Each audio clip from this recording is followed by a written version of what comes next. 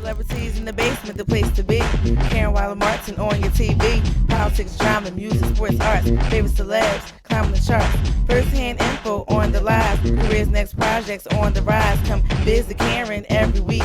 Never know who's in the hot seat. Celebrities in the basement is the place to be. You got Karen Wilder Martin on your TV screen. Celebrities in the basement is the place to be. You got Karen Wilder Martin on your TV screen. Good evening, I'm Karen Waller Martin, and welcome to Celebrities in the Basement.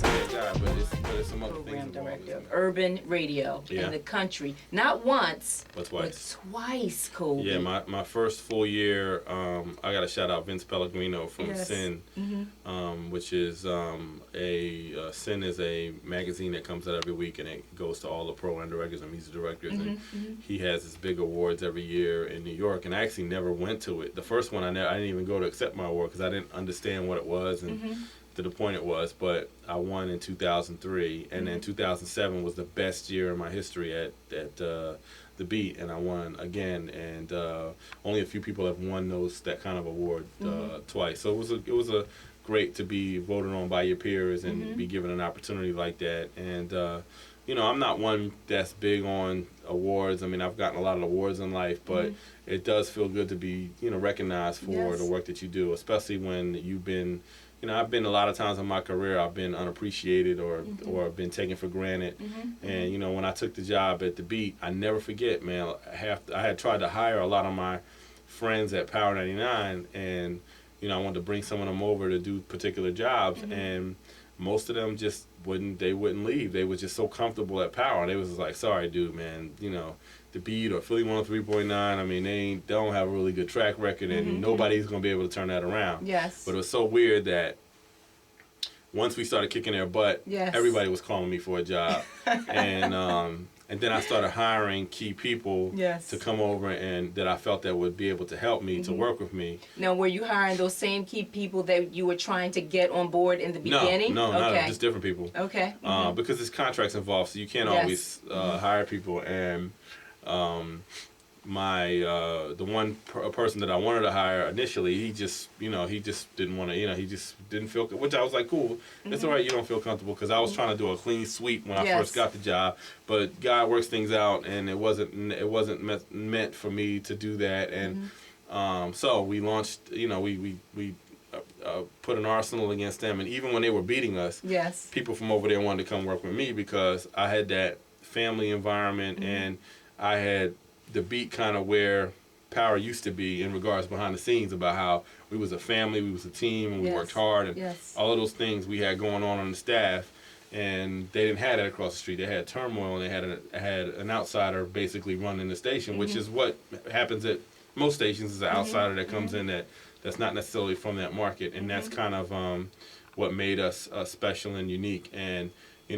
people would call me over there to listen to their air checks, like it was weird, like they were the competition, but so many of them felt, they had a kinship with me because we came up together, or I gave them their first opportunity. So it was always cool that I always thought that was a cool part of competition, that you're doing a good job when your competition wants to work with you. Yes, absolutely. Now, let's talk about your celebrity status. How has that changed the relationships with you and your family, or you and your friends? None. I'm just a regular person. I don't even consider myself a celebrity. I'm just a regular guy. Well, what are you doing here at Celebrities in the Basement? No.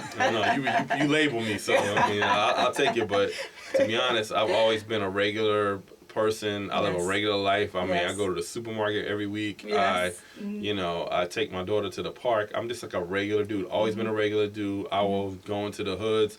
I mean, I was when I was doing Radioactive in the height of that, I was working for Yo ACAP, going around knocking on people's doors in North Philly trying to get them to get tested for HIV. So I'm just a regular guy. Like, you'll see me out, and I think that was one of the things that Philly people like about me, is because I'm that guy that they could touch, or they feel like that's like them. Philly loves a hard-working grinder. Yes. They don't like nobody that's comfortable and distant. And that was the one trait that I had that really probably led to me being so successful over the course of my career because of that. So never really a celebrity, just more or less a open communicator and someone that that is even. I mean, today, I mean, I'm not even on the radio, but people don't even know that. They still come up to me like, that says a lot that they don't. I've been off the air for a while and they don't know that, and they'll come up to me. June maybe. Since May of last year. May last year, yes. So people come up to me all the time. I listen to you all the time. Just communicating with me. But again. Nothing's really changed. Always been a regular person, and I actually have regular relationships with celebrities, real celebrities that I have like friendships with, or that'll just call me or just talking. I was just having a conversation with somebody else that said, you know what, I was just talking about you, Cole, because I was with Fat Joe, and we were down in Texas somewhere a couple weeks ago. And Fat Joe always tells a story about, when he first came out in '93, he'd never left New York before. The first place he came to was Philly, and he did a show for me, and I put him up in the Corner Suites Hotel. And he didn't want to leave the hotel rooms. He'd never been in a hotel. He never stayed in a hotel. And this was doing radioactive time. Yeah, but he always tells that story, so every time I see him, or he'll tell people that when they talk about me, he'll tell them that story. But he's always a good friend, and we have conversations, over the years, and I mean, he's just one of many people that it's just regular relationships. I was just talking to Common the other day, like I had guys when they were just getting started. I was just getting started, or I was already established, but I was a part of their process of coming up. So we've always had cool relationships because they know I know their grind and they know my grind. Absolutely. And that's what makes those relationships unique. And speaking of so many celebrities, I mean, you've interviewed hundreds, I'm sure. Yeah, everybody. Yes, absolutely. Was there one particular celebrity that you interviewed that you were just had that nervousness in your gut going on? Oh, I would say Quincy Jones. Quincy Jones was, first of all, I was doing nights at the time, and I never forget this. He shows up at the station, and this is Quincy Jones. I mean, Quincy Jones has covered every part of the music business. I mean, he's had success everywhere. And he comes up to the station with his publicist. That's it. Like, no entourage, no nothing. And the guy got stories for days. I mean, there's so much to talk to him about. So I was very nervous and very excited to have that conversation, but it was one of the best interviews that I've ever done is with Quincy Jones. Now, let's go back to Radioactive and the Wall of Fame that you have. Well, it's not just about Radioactive. It's really about my entire career. I mean, all right. Which started radio. I mean, your first plaque, I should say, was Naughty by Nature, which came from Radioactive.